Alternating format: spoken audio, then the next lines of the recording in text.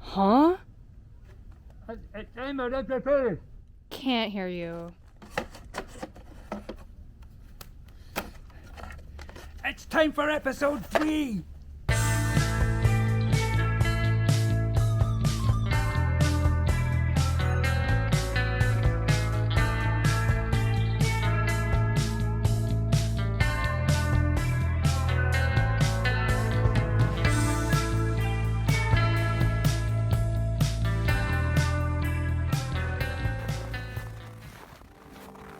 Hello there, ladies and gentlemen. We're back with another exciting episode of An Outlander's Guide to Hockey, number 3, to be exact. And speaking of numbers, I have to mention the number 60, as that's now the age of the great one. Number 99. Yes, Wayne Gretzky just passed another significant milestone in his illustrious career. Another celebration to go along with his 4 Stanley Cup rings, 10 Art Ross trophies, 9 Hart Memorial MVP trophies, 5 Ted Lindsay Awards, 5 Lady Bings, 2 Conn Smythes, not to mention, although I will, 2,857 career points, 3 consecutive 200-point seasons, including 92 goals in 80 games, the first 50 of them scored in 39 games. That season he had 3 5-point nights in a row. Also had some spectacular hairstyles and adventurous perms during the early 80s. That's a lot of heady numbers. As impressive as they undoubtedly are, his best playing days were behind him by the time I arrived that frigid Tuesday night in February after the 18-hour white-knuckled journey across the frozen waters of the Atlantic. Some unfavourable weather conditions forced an unscheduled visit to what looked like frozen tundra in Gander, Newfoundland. And after de-icing, we made yet another breathtaking landing in Halifax, whereupon the plane finally had enough and announced its retirement with an almighty metallic crack of protest and could go on no further. I passed through the immigration gauntlet with flying colours, even although I hardly resembled my passport photo at this point. We changed planes from the broken one and finally made it to Toronto feeling not quite myself and a little worse for wear. So I missed Gretzky's halcyon days with these insane, never-to-be-emulated numbers. A player beyond compare and a fitting moniker. The Great One indeed. Now, indulge me for a moment here if you haven't already. Still with under 40 subscribers. So far. That's not what I remember the most about the Great One. Oh, no. What I do remember about number 99 is that he escaped an obvious high-sticking penalty in overtime, Game 6 of the conference finals in 1993 against the Leafs. I did say indulge me. With Toronto already trying to kill off a dubious roughing call by referee Kerry Fraser very late in regulation, and with a mere 11 seconds left of that very same penalty, guess who shows up to stun the Leafs with the game winner? The very man that should have been given a 5-minute major penalty and gone from the game. Although I'm not 100% sure of the exact rules there, as I've already mentioned, but a 4-minute penalty at the very least. Everyone outside of the sightless referee with his bouffant hair and the Hollywood celebrities in LA watching the game knew it was a high-sticking major with Dougie Gilmour bleeding from his chin all over the ice. And they also knew that Wendell Clark would have scored his 4th goal of the game, and the Leafs would have gone on to the Stanley Cup finals against none other than the Montreal Canadiens. I dwell on this because Toronto hasn't had a sniff of that cup since.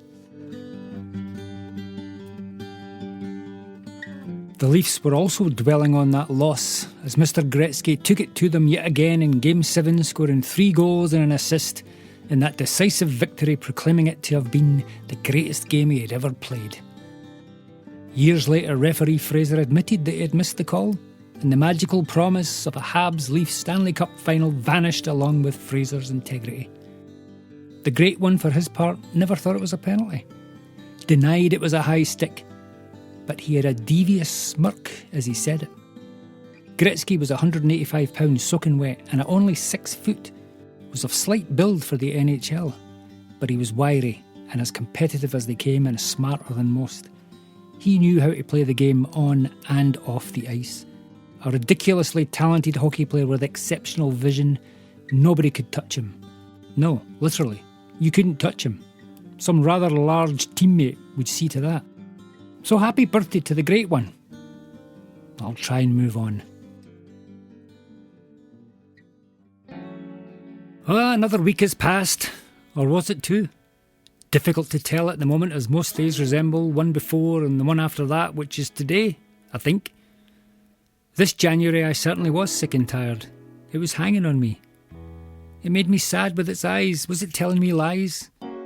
Well, we're into February now. The winter blahs have been replaced with the year-long blahs, and only a few trivial pastimes keeping our spirits up. Activities that might occupy our minds for a while, like 40-minute Zoom calls, breathing exercises, learning how to play the ukulele, for example, and then the more difficult task of unlearning how to play the ukulele. These are small distractions as we fumble through the oddness of this past year. I think hockey falls into this, an entertaining, team-based tussle to while away a few hours of an evening or occasionally an afternoon, and once or twice, a full day. Each February since 2000, the CBC has aired Hockey Day in Canada, an annual triple header of games from coast to coast. This broadcast includes a number of hockey-related features along with the games. Seems to always have lots of enthusiastic everyday people skating on frozen ponds in rural settings, and interviews with local personalities and hockey celebrities, both past and present, revelling in the importance that hockey plays in their towns and communities. These enduring tales from the interconnecting veins of Canada suggest yet again that the love of this game flows deep throughout its massive, seemingly unlimited landscape.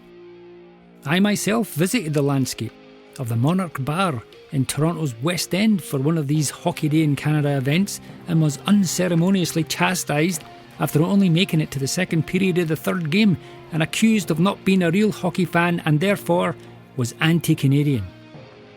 I was only given permission to leave the bar, which I did sheepishly, after buying another round. A so-called tradition that has since been debunked.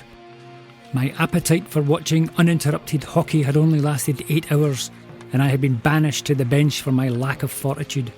Riding the pine, in hockey parlance. I didn't like this pine riding business. You could get splinters.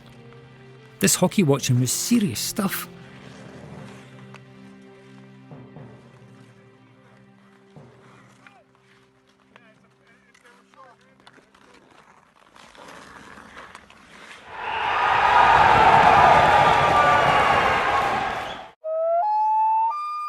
Our intrepid reporter Archie McGlumfer has been shipped out to Ottawa, and he joins us from the nation's capital, where it's -12 with a slight blizzard in the air. I've heard winter has arrived in Ottawa, Archie. Jeez! In the name of the wee man, it's colder in Aberdeen in July out here. I can't feel my face when I'm with you, and I don't like it. Yes, you're certainly a true professional, still working in the most hazardous of conditions. Have you managed to catch any of the Senators games for us, Archie? No chance of that. Are you kidding on? I'll be waiting until March for these guys to win a game. I could do with a stiff drink to stave off the cold likes. Yes, but that's not what we pay you for, Archie.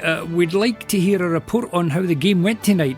You are at the Canadian Tire Centre, aren't you? Sounds like you're in the middle of a desolate world during a blizzard. Aye, well, that's downtown Ottawa in February during the pandemic, you daft so-and-so. Anyway, I do have my report, so my fee better be on the way. Great. Can we hear your account of the game? What, right now? Well, yes. If you want paid, that is. Aye, yes, yeah.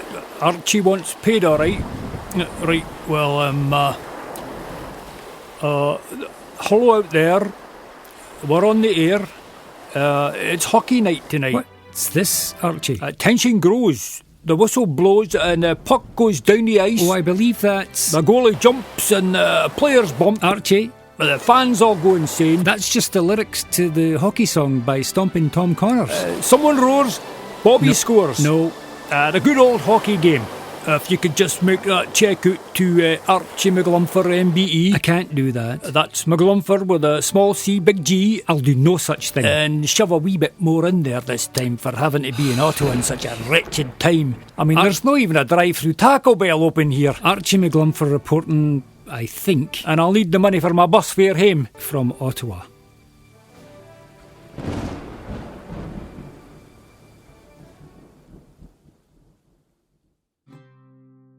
As we all wander through this precarious season together, I'll be introducing new segments to see what tickles your fancy. Last week we had our first hockey shorty posted on this channel. We met 4 world-famous hockey announcers from various backgrounds and dialects that frightened a few people, and had others concerned about my well-being in the lonely basement during the lockdown. Well, I can assure you all there's no need to worry. I'm still as mad as ever. And as luck would have it, we happen to have an extensive collection of the most dramatic recordings in our highlights vault that we call Ear Candy. I really should get a better name than that. Look out for these in upcoming episodes. I'm sure Archie McGlumfer will feature in these dusty archives as he's been around since the late 1800s.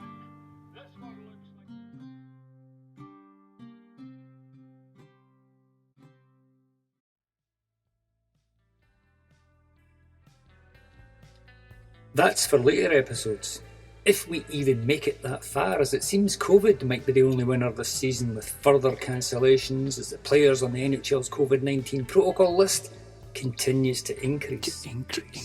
No such changes yet north of the border as the Toronto Maple Leafs continue their fine play, making them our deserving Team of the Week for this episode. Team of the week. Not that certain teams haven't been affected by the virus.